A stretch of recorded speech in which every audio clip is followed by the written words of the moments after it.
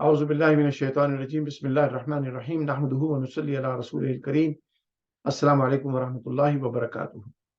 This is the second video of module number 4 of the Aalimah and AAlim course that is offered at the Green Dome Masjid in Calgary, Northeast Alberta, Canada.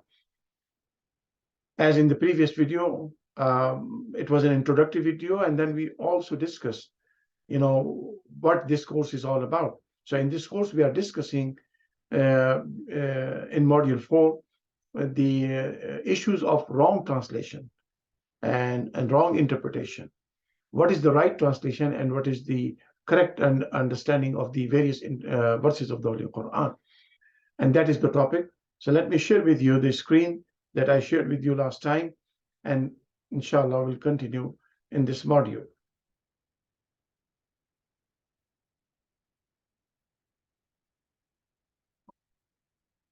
So we were on this slide, module 4, and we were discussing what is the best tafsir of the Holy Quran. So best tafsir of the Quran is by Quran. As we all know that the Quran was revealed to Rasulullah ﷺ more than over 22 years. And Quran was revealed to Rasulullah ﷺ in many cases of some past incidents or events or present or the future that was going to happen. Allah informed him and Allah sent the revelation to him in advance because of something was going to happen in future, something has happened in the past, and something is happening right away at that time. So comparison of Quran with Bible is not correct. The reason is whether it's a gospel or Torah. Gospel was given to Sayyidina Isa ﷺ at his birth, and Torah was given to Musa ﷺ when he went to Mount Sinai just in one night, while the Quran was revealed to Rasulullah ﷺ over a period of more than 22 years. So and then what happens that the revelation comes based upon a certain events, certain incident, certain questions were asked, certain things going to happen in future. And that's why it is very important that we should interpret Quran based upon the context, the reason, the background information, which is in many cases is not in the Quran.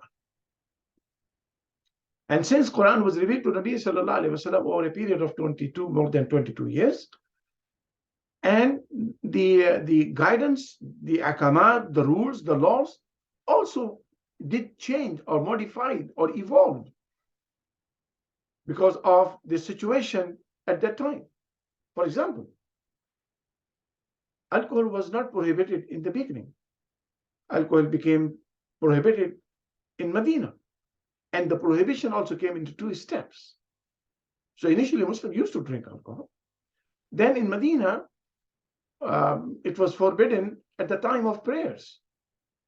And then later on, it became completely prohibited for all times, for any moment or any place.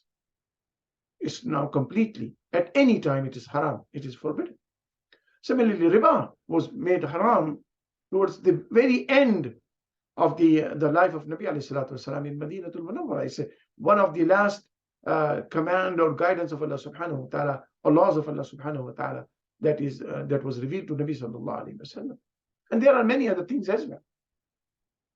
So we cannot take one verse from the Quran and say, yeah, this is the whole Quran, and then forget that on the same topic you will find a different interpretation or different explanation or detailed explanation. So that is why it is very important that we have to have an end-to-end understanding of the Holy Quran on the same topic, not just one verse. And this is where the misguidance starts. So best tafsir of Quran is by Quran itself. But how you can do tafsir of Quran bil Quran is having an end-to-end understanding and the knowledge of the Holy Quran. Then the first mufassir of the Holy Quran, the best mufassir of the Holy Quran is Nabi alayhi salatu wasalam, is himself. He is the recipient of Quran. He understood Quran absolutely better than anybody else. Because Nabi alayhi salatu wasalam was not only given the text of the Quran, but he had 4 major responsibilities.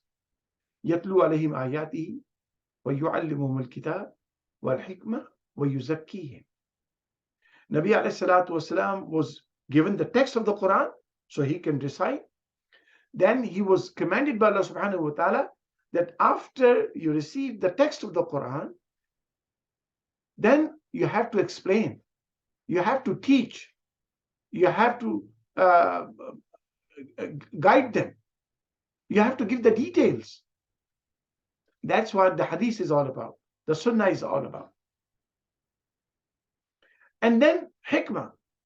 Then sometimes, the words can be misunderstood. Words can be interpreted differently because every human being perceives differently. So then hikmah is there. And that was Nabi alayhi salatu wasalam gave to his Sahaba and Ahlul Bayt.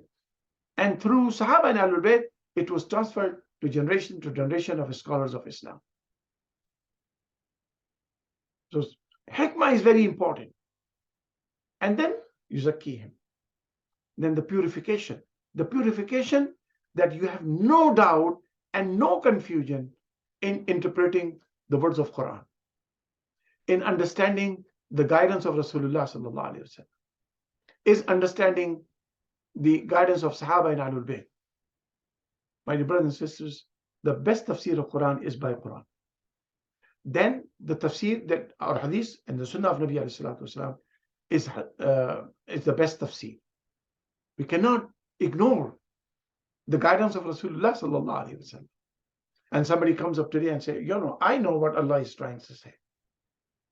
That is a lie. Allah didn't talk to anybody except Rasulullah sallallahu alaihi wasallam. So some people misinterpret the verses of Quran because they use their own opinion and their own judgment, their own bias, their own sectarianism.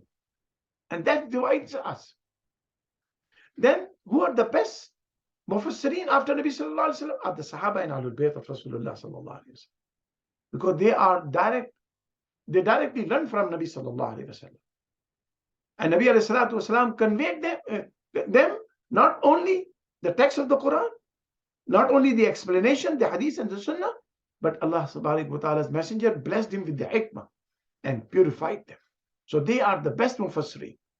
We cannot ignore and we cannot overlook the interpretation of Sahaba and Ahlul Bayt of Rasulullah alayhi salatu wasalam.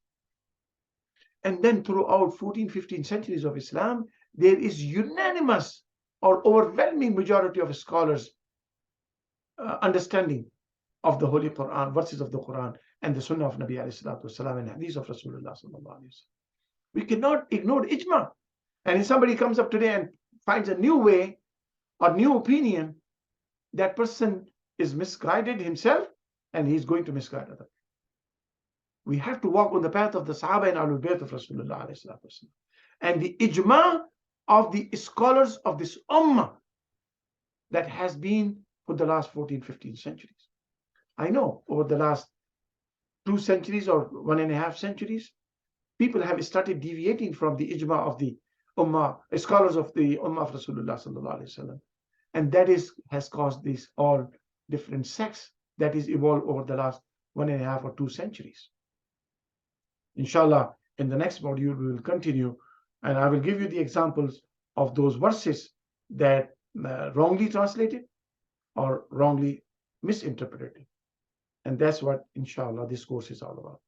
May Allah give us the guidance and may Allah give us tawfiq to understand and follow Quran the way Nabi alayhi salatu wasalam conveyed to his Sahaba and Sahaba conveyed to ulama and ulama conveyed to us. Wa sallallahu ta'ala ala habibi Muhammadin wa alihi wa barik wa sallam.